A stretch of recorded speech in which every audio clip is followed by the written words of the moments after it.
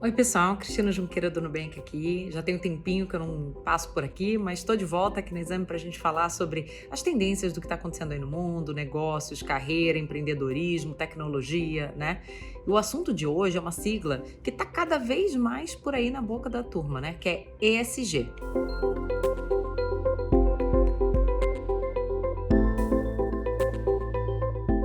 Sustentabilidade é uma palavra que todo mundo conhece, mas o que intriga, gente, é como tem gente por aí que pensa que pensar em sustentabilidade no meio ambiente, impacto social, isso ainda prejudica os lucros de uma empresa. Pelo contrário, né? Hoje eu tô aqui para ter essa conversa com vocês para justamente mostrar como a gente cuidar do meio ambiente, a gente pensar em todos os ângulos que uma empresa pode ter um impacto social e também nas melhores práticas de governança, isso ajuda os negócios, isso ajuda as empresas a ser mais bem-sucedidas. E é por isso que ESG é um tema que está tão frequente agora, né? Que está tão em voga no Brasil e no mundo. Mas o que é então ESG? ESG é uma sigla em inglês, né? Que em inglês significa Environmental, Social and Governance, né? Que em português, numa tradução literal, pode ser traduzido como ambiental, social e governança, né? E o E do ESG, né, que é o ambiental, fala sobre diversos aspectos de como uma empresa pode se relacionar com o meio ambiente. Então, assuntos como mudanças climáticas, aquecimento global, reciclagem, redução e gestão de resíduos, né, baixo carbono, enfim, todos os assuntos relacionados a isso sobre como um negócio e uma empresa podem se tornar muito mais sustentáveis.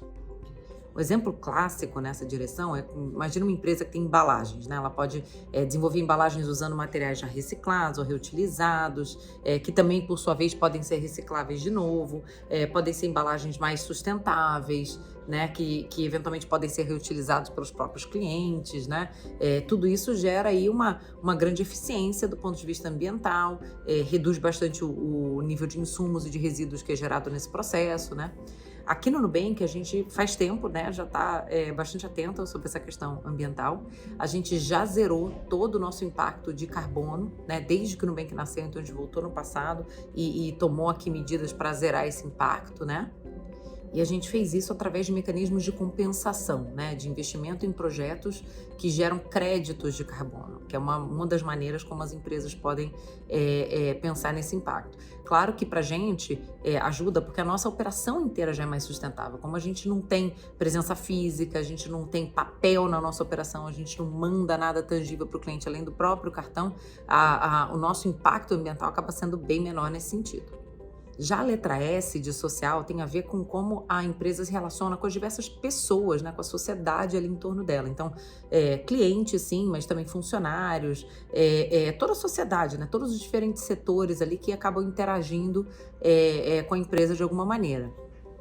E o S pra gente sempre foi talvez o pilar mais forte, né? Porque o Nubank nasceu dessa indignação da gente como sociedade aqui no Brasil, né? Da gente ser tão maltratado, da gente ser tão abusado, das cobranças serem tão abusivas e da gente ter tão pouca transparência, né? Se você parar pra pensar no porquê o Nubank existe, no nosso propósito, em tudo que a gente fez até agora, a gente sempre foi muito orientado em relação a essa questão do impacto social.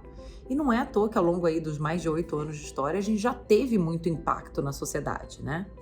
Com isso, a gente tem um impacto muito grande de inclusão financeira. O Nubank hoje está presente em todos os municípios brasileiros, inclusive aqueles que não têm agências bancárias, né, onde as pessoas muitas vezes precisavam pegar uma condução e viajar 2, 3 horas até um outro município onde elas poderiam eventualmente abrir uma conta numa agência. A gente também tem 1 em cada 4 dos clientes do Nubank não tinha um relacionamento bancário, então a gente trouxe muita gente para dentro do sistema que não tinha acesso, né? Fora o impacto econômico social, né? Já foram mais de 20 bilhões de reais que a gente economizou em tarifas ao longo dos últimos 8 anos. Isso é dinheiro que movimenta a economia, que vira comida, que vira saúde, que vira educação. Então, quer dizer, um impacto social muito significativo. E a gente não tem como falar de impacto social sem também falar de diversidade e inclusão, né? Tem um ângulo de impacto muito importante que é justamente esse da gente garantir a inclusão, né, de diversos segmentos aqui que historicamente são grupos subrepresentados nas empresas, né? Então a gente está falando aí de mais diversidade racial, de toda a comunidade LGBTQIA, A gente está falando de pessoas com deficiência, então extremamente importante também dentro desse chapéu do S, né, as empresas pensarem como que o seu quadro de funcionários pode ser mais diverso, lembrando que eu já cansei de falar aqui, esse é um dos grandes pilares da inovação, né? Porque só com um time diverso, trazendo diferentes perspectivas, que a gente consegue ter um número muito maior de ideias, né? E com isso conseguir gerar soluções mais inovadoras para os problemas que a gente está atacando. E por fim, a letra G, que é de governança, que tem a ver com como a empresa é gerida, como ela é administrada, né? Quais são os princípios, fala muito sobre integridade, sobre honestidade nas suas práticas de negócio, né? É sobre isso que é o G. Então, isso também tem a ver com a maneira como uma empresa, por exemplo, se relaciona com entidades governamentais, né? Sobre a existência ou ausência de um canal, por exemplo, de denúncias, né? De mecanismos através dos quais coisas que, enfim, não são corretas podem ser denunciadas, podem ser investigadas, né? Então, tem uma porção de boas práticas de governança que colaboram para uma empresa estar bem posicionada sob esse G, né? De governança do ESG.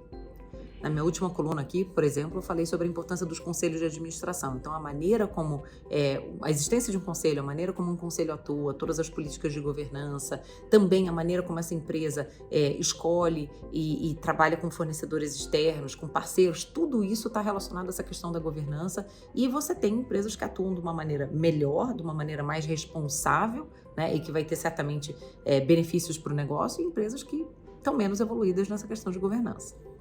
Tá, mas por que tudo isso importa? Gente, importa porque cada vez mais a própria sociedade, os funcionários, os clientes estão atentos a essas práticas. Eles estão olhando para as empresas e entendendo e diferenciando quais são as empresas que têm boas práticas de ESG e aquelas que não têm. E as que têm boas práticas, elas vão ter mais facilidade para fazer negócio, para contratar, né? A gente já vê aí, principalmente gerações mais novas, tem uma questão geracional muito importante, né? Mas desde a geração Y, mas principalmente a geração Z, é uma geração muito engajada com esses temas de ESG e que já procura empresas que estão muito mais bem posicionadas nesse espaço. Tem também a questão dos investidores. Então, cada vez mais os grandes fundos de investimento, seja de capital de risco, né, de venture capital, ou fundos de empresas abertas, estão procurando empresas que têm boas práticas, né? Então, se uma empresa está ficando para trás, muito provavelmente o acesso a capital dela também vai ser mais restrito. E por fim, gente, tem vários estudos, inclusive tem um recente do BCG, que mostram que as empresas que têm boas práticas nisso também têm melhores resultados, tem mais lucratividade, tem crescimento maior ao longo do tempo, tem uma resiliência maior do ponto de vista de negócio, né? Ou seja, inúmeras são aqui as razões para as empresas se preocuparem com os assuntos, com essa pauta de ESG, né? Não é só uma questão de fazer a coisa certa, também é uma questão do que é melhor para o próprio negócio. Por hoje é só, pessoal. Espero que tenha sido útil para vocês. Deixem aqui nos comentários o que vocês acharam e sugestões para os próximos vídeos e para as próximas colunas, tá bom? Obrigada, até mais!